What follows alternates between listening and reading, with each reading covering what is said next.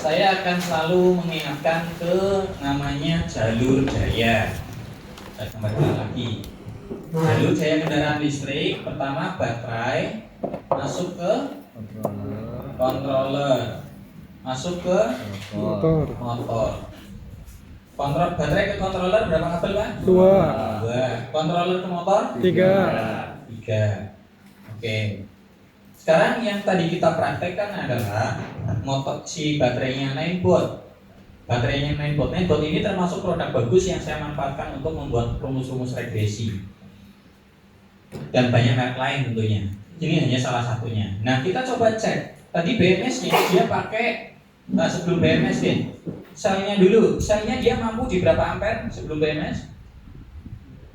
26 ampere. Ingat ya tadi ya.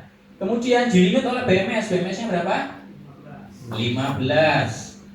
Kemudian kontrolernya, IMAX-nya ternyata dia di 13. Hasil hitungan kita itu di 12,5, tapi ternyata dia pasang 13. Oke.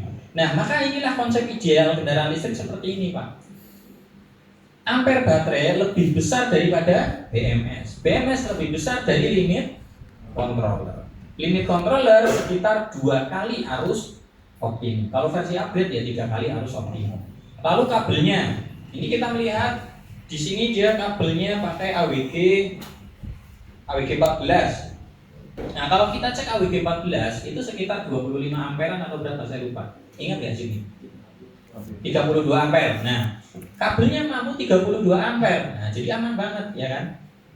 Nah, terus dia nggak ada MCB karena cuma 15 ampere. Walaupun mau pakai fuse ya bisa pakai 20 ampere. Nah, jadi ini tujuan kita hari ini mempelajari baterai adalah mencari tahu baterai yang ideal untuk beban kebutuhan kita bagaimana. Termasuk untuk PLTS, Pak. Sekalian saya singgung karena ternyata beberapa di sini juga praktisi PLTS ya. Kalau di PLTS, kalau di kendaraan listrik, kebutuhan baterai mengacu kepada IMAX controller. Kalau di PLTS, kebutuhan BMS baterainya mengacunya kemana? Coba, kira-kira kemana? Solar panel. Ke? Solar panel. Kurang tepat. Ke inverter. Betul. Kenapa ke inverter saya gambarkan? Pertama ada panel atau kita sebut PV, photovoltaik. Dari PV masuk ke SCC. SCC itu solar charger controller, bisa MPPT, bisa SCC PWM, apapun itu kita sebut SCC biar mudah, solar charge controller. Dari SCC masuk ke baterai dulu dong. Ya kan? Masuk ke baterai. Kemudian baterai masuk ke inverter. Dari inverter baru load output 220 volt AC. Nah, sedangkan di baterai ini sama, pintunya sama lah. Cuman saya gambarnya buat berbeda. Di baterai itu ada sel, ada BMS. Baterai ini di sini fungsinya untuk apa, Pak? Menampung energi hasil panen. PV ini menerima energi matahari ultraviolet dikonversi menjadi listrik, kemudian ditangkap oleh SCC, dikontrol agar sesuai dengan kebutuhan baterai. Jadi ini power supply-nya, ini chargernya lah ibaratnya. Ini yang membuat tegangannya sesuai dengan kebutuhan baterai. Dicas penuh, ini nampung energi, kemudian ini digunakan untuk beban. Maka dalam mendesain baterai di PLTS itu fokusnya ke kebutuhan inverter. Kenapa? Ya ini bebannya kan di sini. Misal inverternya misal pakai berapa watt? 3000. 5000. Oke. 5000 watt. Kemudian sistem baterainya berapa volt? Bisa 48 volt ya.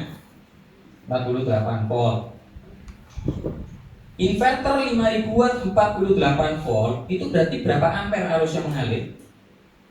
Kan tinggal 5000 dibagi 48. Betul ya? Berarti berapa? Harusnya sekitar 100 sekian. 105, 100 ya sekitar 105 ampere ya. Berarti di sini bakal ada kemungkinan disedot 105 ampere. Maka BMS-nya harus di atasnya. Apa yang terjadi kalau BMS-nya di bawah 105 ampere? Mati terus. Dinyalain buat solder, buat blower, oke aman. Tapi begitu kulkas atau AC nyedot puncak, tembus lebih dari nilai BMS, tiba-tiba baterainya langsung protek, ya kan? Maka tiba-tiba mati. Begitu juga kendaraan listrik. Misal ini 13 ampere, BMS-nya 12 ampere atau 10 ampere. Kira-kira apa yang terjadi? Jalan normal, tapi begitu nanjak, lagi ditanjakan, tiba-tiba mati. Karena kesentuh limit, tapi di sini ini belum sempat kesentuh limit, tapi BMS-nya sudah. Nah, jadi kalau di PLTS juga kurang lebih sebenarnya sama. Tapi PLTS sekarang lebih simpel lagi, Pak. Inverter, SCC, kemudian pakai PWM ya, kemudian lagi nanti ada ATS, ada charger, itu jadi satu menjadi inverter hybrid. Nah, itu sekarang PLTS lebih simpel lagi. PLTS sekarang komponennya itu cuma panel, inverter hybrid, baterai, udah selesai. Nah, itu next lah ya, nanti kita lebih lanjut. Jadi sekarang fokusnya ke baterainya dulu. Penyediaan baterai di sini, sel harus lebih dari BMS, BMS lebih dari IMAX. IMAX ngitungnya 2 kali arus optimum. Kemudian IMAX berdampak ke KHA, KHA berdampak ke ukuran kabel, MCB, string, fuse, dan lain sebagainya ya. Nah, berikutnya yang akan kita praktekkan adalah memastikan si sel itu sesuai dengan sel baterainya sesuai dengan yang diklaim oleh pabrik bagaimana. Kita akan melakukan QC, pengujian JIRET. Saya tadi menyampaikan, baterai ini dia per sel mampu 13 ampere. Kalau 2 paralel berarti 26 ampere. Tapi kan itu versi pabrik. Kita nggak boleh langsung percaya begitu saja, harus kita lakukan uji coba atau QC. Nah, ini yang akan kita praktekkan. Kita datangkan sel ini ya, untuk rakit EV, rakit kendaraan listrik, motor, sepeda. Kita datangkan, jumlahnya itu bisa 5.000, 10.000, 20.000 sel, puluhan ribu sel kita datangkan. Begitu sampai ke Eklon, kita QC satu persatu, bukan sampling. Kita QC-nya satu persatu. QC-nya bagaimana? Ini yang akan kita praktekkan. QC-nya adalah mengecek internal resistannya. Ya. Dari puluhan ribu sel itu, katakanlah kita kulaan 5.000 sel. 5.000 sel itu biasanya boncos sekitar 40 pieces. Boncos itu maksudnya IR-nya molor. IR itu internal resistan. Kapasitasnya bagus, voltase bagus, fisik bagus, dikuras juga masih bagus. Tapi ternyata kemampuan arusnya tidak sesuai klaim. Itu yang nggak lolos sekitar 40 pieces. 40 pieces itu kalau dipaksakan rakit tanpa kita QC, ya sama saja ngerakit bom, Pak. 40 pieces itu berpotensi mendatangkan 40 komplain. Misal kita ngerakit dalam satu pack terdapat 100 sel. Ternyata salah satu sel adalah sel yang tadi nggak lolos tadi. Nah, udah itu satu pack bermasalah itu. Bisa menjadi potensi terbakar. Nah, maka QC ini menjadi yang sangat penting. Begitu juga kalau bapak-bapak menjumpai baterai bekas di lapangan, apalagi yang aki itu juga bisa. Contoh konyol lagi, Pak.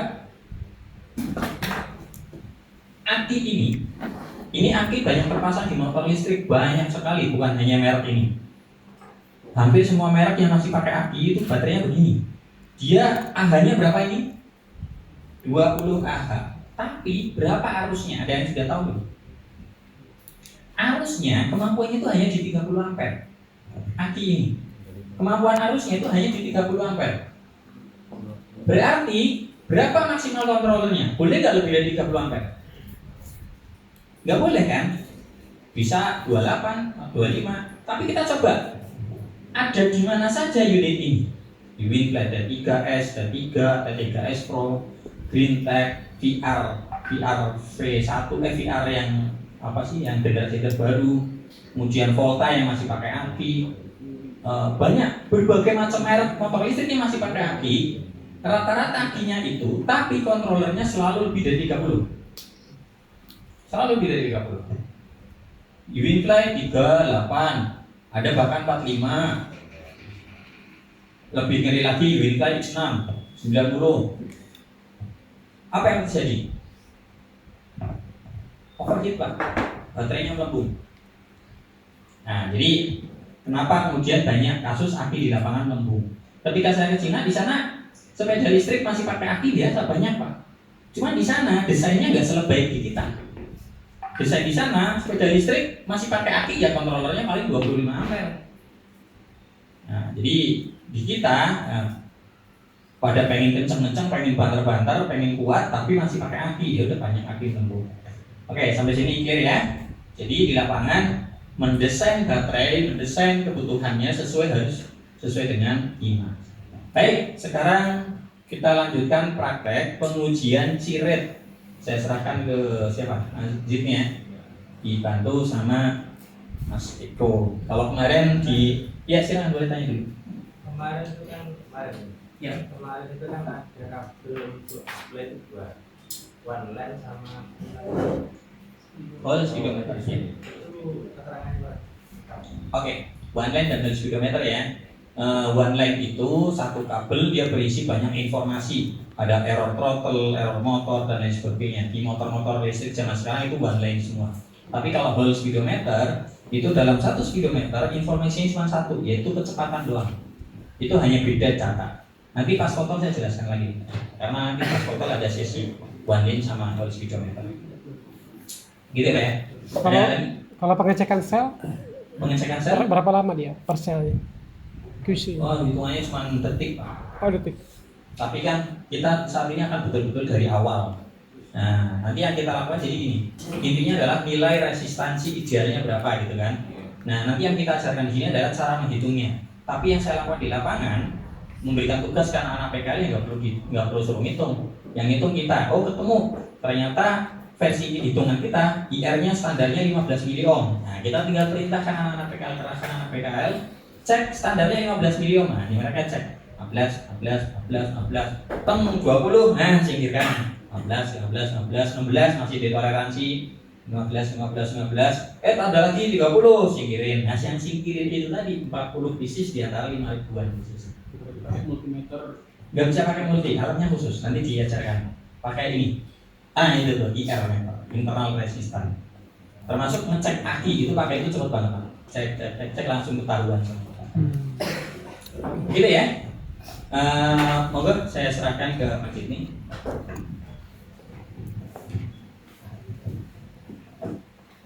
Praktek.